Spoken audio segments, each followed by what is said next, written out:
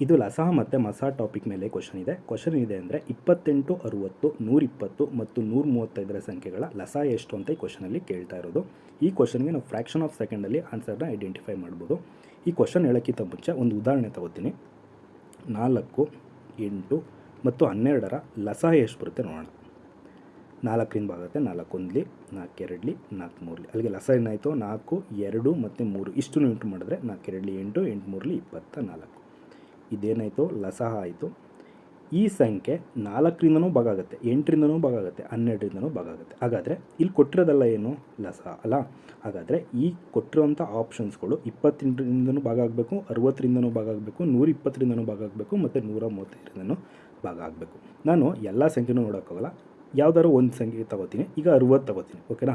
ಕೊನೆ ಅಂಕಿ ಏನಿದೆ? ಇಲ್ಲಿ 0 ಇದೆ. ಹಾಗಾದರೆ ಇಲ್ಲಿ 60ರಿಂದ ಭಾಗ ಆಗಬೇಕು ಅಂದರೆ ಕೊನೆ ಅಂಕಿ ಏನಾಗಿರಬೇಕು? ಕೊನೆ ಅಂಕಿ 0 ಇರಬೇಕು. ಇಲ್ಲಿ ಕೊನೆ ಅಂಕಿ 0 ಇರೋದು ಯಾವ ಆಪ್ಷನ್ಲಿದೆ?